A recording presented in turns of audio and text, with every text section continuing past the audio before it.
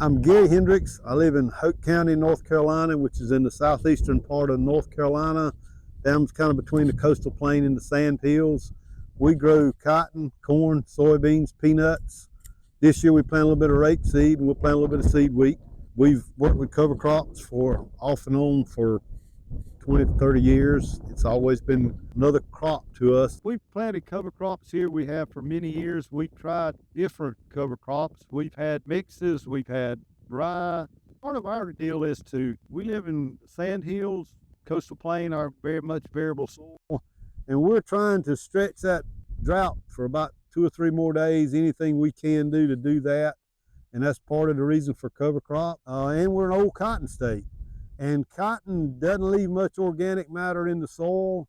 And so the cover crops, this is planted behind cotton.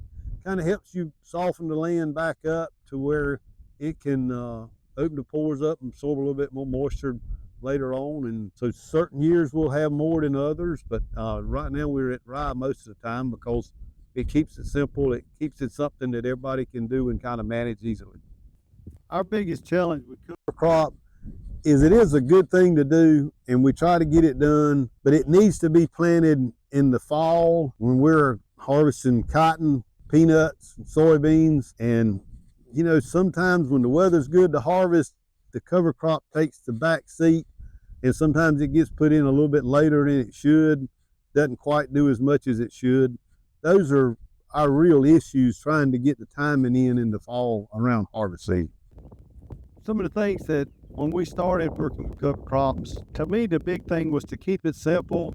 We planted a little bit thinner on the thin side to start with, and if that helps you kind of lead into what you need, to me one of the things that would be a big turnoff in cover crop is if it was planted thicker than you anticipated, which made it harder to get a stand for the crop that you got a market for. So I would kind of keep it a little bit simple, maybe a little bit on the thin side, and see how that works, because different soils, different environments, different winters are going to make that cover crop different. And once you kind of get a feel for it, you can adjust from there.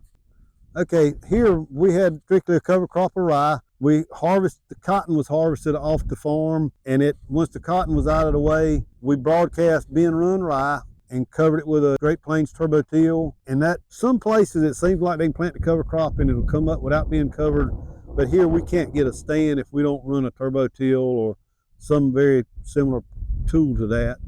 And then we let it grow. For us, I like to kind of knock the cover crop down probably 3 weeks ahead of planting. Sometimes and my reason for that is if it doesn't rain, the rye will suck the moisture out of the ground and we can't get a stand. I'd like to leave it a little bit longer and plant it green, but I'm just a little bit nervous about waiting and not getting that shower of rain to get the crop up.